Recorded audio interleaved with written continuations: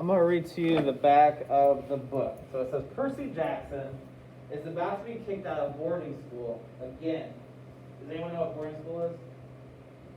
Okay, it's the type of school that you live there. Okay, so it'd be like you guys, if you went to a boarding school, you'd have school all day like you do now, but you also live at the school. So it's kind of like a college dorm in a way. Okay, so it says he's been sent to boarding school again, and that's the least of his troubles. Lately, mythological monsters and the gods of Mount Olympus seem to be walking straight out of the pages of Percy's Greek mythology textbook and into his life. And worse, he's angered a few of them. Zeus's master lightning bolt has been stolen, and Percy is the prime suspect. Now Percy and his friends have just 10 days to find and return Zeus's stolen property and bring peace to a weary Mount Olympus. But to succeed on his quest, Percy will have to do more than catch the true thief. He must come to terms with the father who abandoned him, solve the riddle of the oracle, which warns him of betrayal by a friend, and unravel a treachery more powerful than the gods themselves. Okay, so today we're going to read chapter 1, and our learning attention for today says, I am learning how to determine the point of view in a text and locate the evidence that supports it. Okay, so a big thing that we're going to be using is text evidence. Okay, and I want you guys today, while we read chapter 1, the main character is Percy Jackson. I want you to develop a point of view of him. Okay, what type of person do you think he is? Is he a good kid? Is he a bad kid? I want you to develop that point of view and think about the text evidence that supports your point of view. Okay, if you think he's bad, why is he bad? If you think he's an okay kid, why do you think he's an okay kid? Okay? So it's something I want you to think about while we are reading.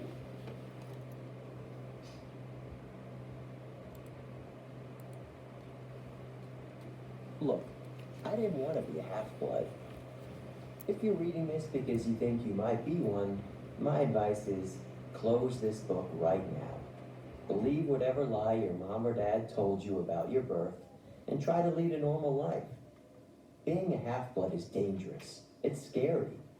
Most of the time, it gets you killed in painful, nasty ways.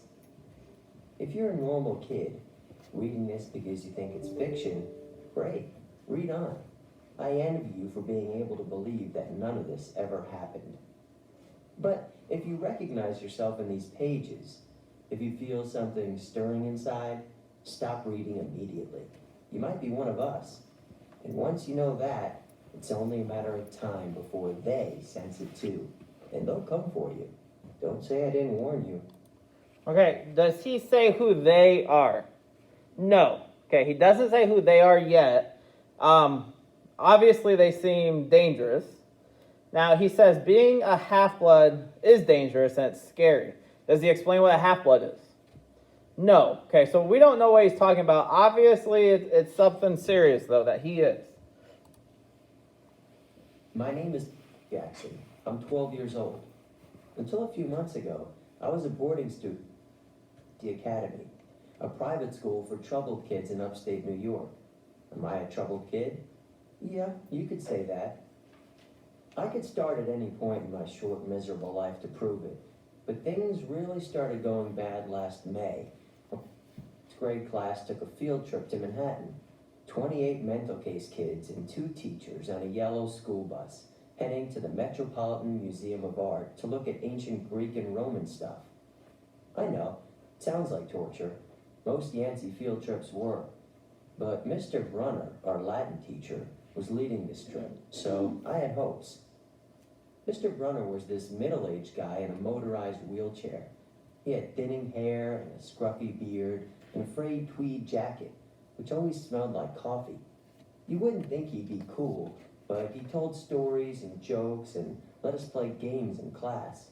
He also had this awesome collection of Roman armor and weapons, so he was the only teacher whose class didn't put me to sleep. I hoped the trip would be okay. At least, I hoped that for once I wouldn't get in trouble. Boy, was I wrong. See, bad things happen to me on field trips. Like at my 5th grade school, when we went to the Saratoga battlefield, I had this accident with a Revolutionary War cannon. I wasn't aiming for the school bus, but of course I got expelled anyway.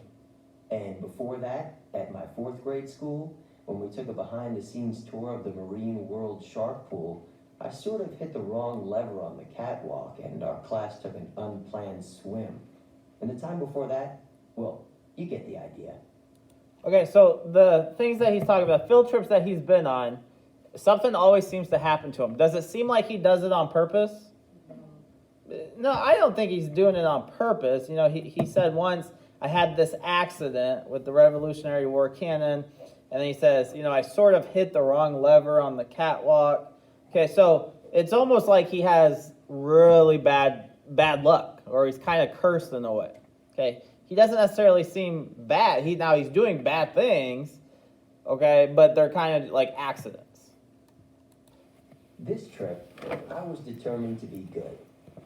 All the way into the city, I put up with Nancy Bobofit, the freckly, red-headed kleptomaniac girl hitting my best friend Grover in the back of the head with chunks of peanut butter and ketchup sandwich.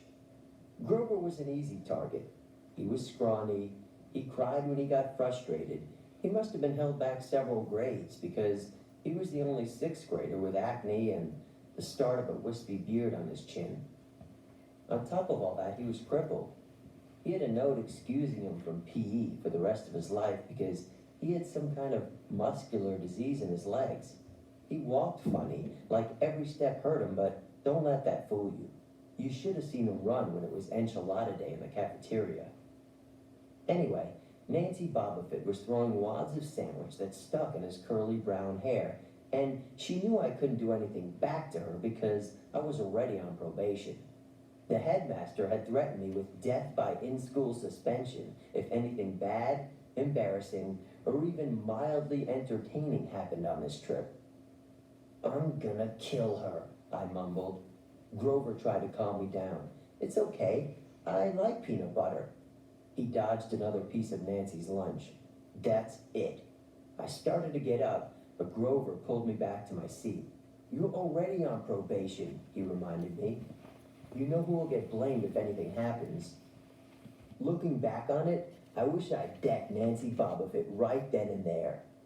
In-school suspension would have been nothing compared to the mess I was about to get myself into. Okay, so they say he's on probation. Did they say what he's on probation for? No, it didn't. Okay, so if you're on probation, kind of what's that mean? Like he's on probation at school, so do what? Kind of like suspended, but it's like he's still going to school, but it's like they're really watching him, like hardcore watching him. If he does one more thing, he's gonna get kicked out of school. Okay, so he'll be expelled. Okay, so they're watching him. He's on probation. They're watching him because he's done other bad things before. Okay, now the way that he's talking about Nancy, okay, what's that tell you about him? Is he afraid of her? No, he's not afraid of her. Okay, he's willing to kind of stand his ground. Okay, but you know, with him being on probation, how's Grover sound? Grover sounds like he's what? Okay, you could say crybaby. I would say he seems like he's a little bit more, he thinks of the consequences more. Okay, like he knows that if he kind of fights back, something bad's going to happen. Okay, and Nancy Bobofit is Percy's what? Enemy, good. Okay, it's his enemy right now. But then he says, this is nothing compared to the mess I was about to get myself into. Okay, so that line right there should give you some sort of a prediction that something really bad's going to be happening soon. Mr. Brunner led the museum tour. He rode up front in his wheelchair, guiding us through the big, echoey galleries, past marble statues and glass cases full of really old black and orange pottery. It blew my mind that this stuff had survived for 2,000, 3,000 years. He gathered us around a 13-foot-tall stone column with a big sphinx on the top and started telling us how it was a grave marker, a stela, for a girl about our age. He He told us about the carvings on the sides. I was trying to listen to what he had to say because it was kind of interesting, but everybody around me was talking, and every time I told them to shut up, the other teacher, chaperone, Mrs. Dodds, would give me the evil eye. Mrs. Dodds was this little math teacher from Georgia who always wore a black leather jacket, even though she was 50 years old. She looked mean enough to ride a Harley right into your locker. She'd come to Yancey halfway through the year when our last math teacher had a nervous breakdown. From her first day, Mrs. Dodds loved Nancy Bobofit and figured I was devil's spawn. She would point her crooked finger at me and say, "Now, honey," real sweet, and I knew I was going to get after-school detention for a month. One time, after she made me erase answers out of old math workbooks until midnight, I told Grover I didn't think Mrs. Dodds was human. He looked at me real serious and said, "You're absolutely right." Mr. Brunner kept talking about Greek funeral art. Finally, Nancy Bobofit's... Okay, so when he says, I don't think she's human, like if a friend said that to you, you would probably think that they were what? Joking, right? But then Grover says, "You're absolutely right." Okay, it's kind of strange that he says that. Nickered something about the naked guy and the Stela, and I turned around and said, "Will you shut up?" It came out louder than I meant it to. The whole group laughed. Mr. Brunner stopped the story. "Mr. Jackson," he said, "did you have a comment?" My face was totally red. I said, "No, sir." Mr. Brunner pointed to one of the pictures on the Stela. "Perhaps you'll tell us what this picture represents?" I looked at the carving and felt a flush of relief because I actually recognized it. "That's Kronos eating his kids, right?" "Yes," Mr. Brunner said, obviously not satisfied. "And he did this because, well," I racked my brain to remember. "Kronos was the king god and..." "God?" Mr. Brunner asked. "Titan," I corrected myself. "And he didn't trust his kids who were the gods, so, Kronos ate them, right? But his wife hid baby Zeus and gave Kronos a rock to eat instead, and later, when Zeus grew up, he tricked his dad Kronos into barfing up his brothers and sisters." "Ew," said one of the girls behind me. "And so there was this big fight between the gods and the Titans," I continued, "and the gods won." Some snickers from the group. Behind me, Nancy Bobofit mumbled to a friend, "Like we're going to use this in real life. Like it's going to say in our job applications, 'Please explain why Kronos ate his kids.'" Do you guys ever wonder that when you're in class? Like, are we ever going to use this in our life? Like when a teacher's telling you something? Okay, yeah, and that's what he's feeling right now. Okay, and that's what Nancy Bobofit says. She goes, when am I ever going to use this in real life? Okay, is that going to be on my job application? "And why, Mr. Jackson?" Brunner said. "To paraphrase Miss Bobofit's excellent question, does this matter in real life?" "Busted," Grover muttered. "Shut up," Nancy hissed, her face even brighter red than her hair. At least Nancy got packed too. Mr. Brunner was the only one who ever caught her saying anything wrong. He had radar ears. I thought about his question and shrugged. "I don't know, sir." "I see." Mr. Brunner looked disappointed. "Well, half credit, Mr. Jackson. Zeus did indeed feed Kronos a mixture of mustard and wine, which made him disgorge his other 5 children, who, of course, being immortal gods, had been living and growing up completely undigested in the Titan's stomach. The gods defeated their father, sliced him to pieces with his own scythe, and scattered his remains in Tartarus, the darkest part of the underworld. On that happy note, it's time for lunch. Mrs. Dodds, would you lead us back outside?" The class drifted off, the girls holding their stomachs, the guys pushing each other around and acting like doofuses. Grover and I were about to follow when Mr. Brunner said, "Mr. Jackson." I knew that was coming. I told Grover to keep going. Then I turned toward Mr. Brunner. Sir? Mr. Brunner had this look that wouldn't let you go.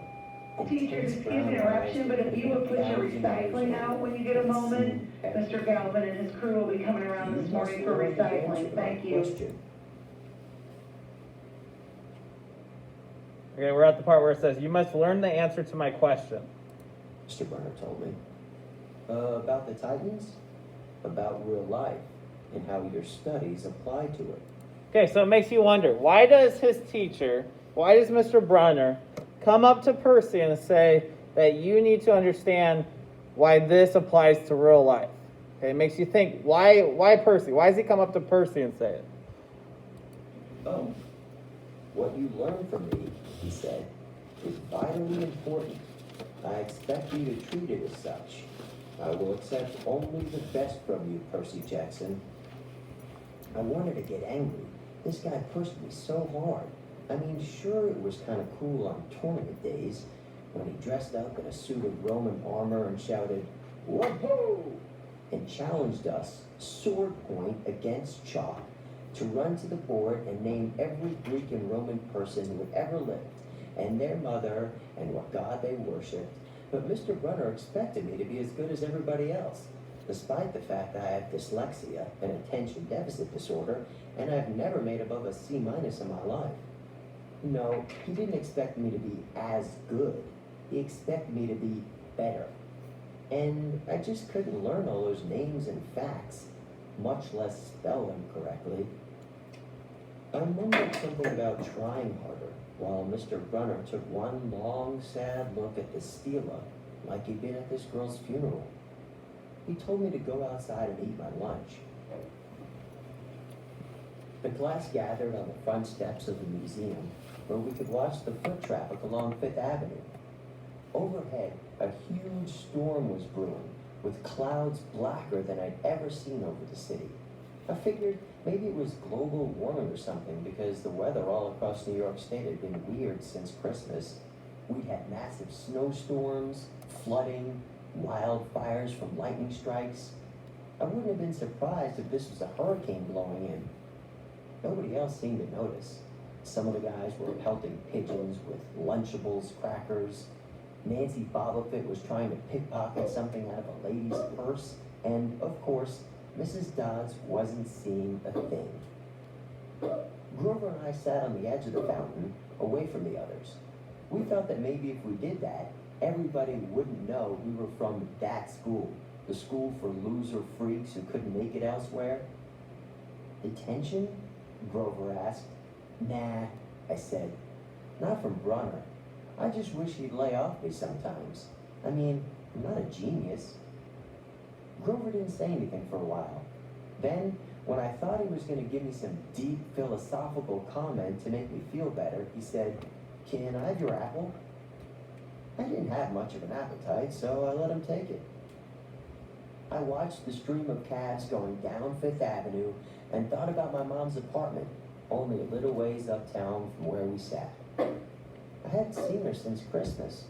I wanted so bad to jump in a taxi and head home. She'd hug me and be glad to see me, but she'd be disappointed too.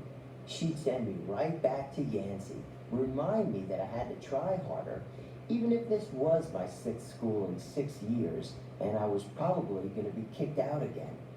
I wouldn't be able to stand that sad look she'd give me.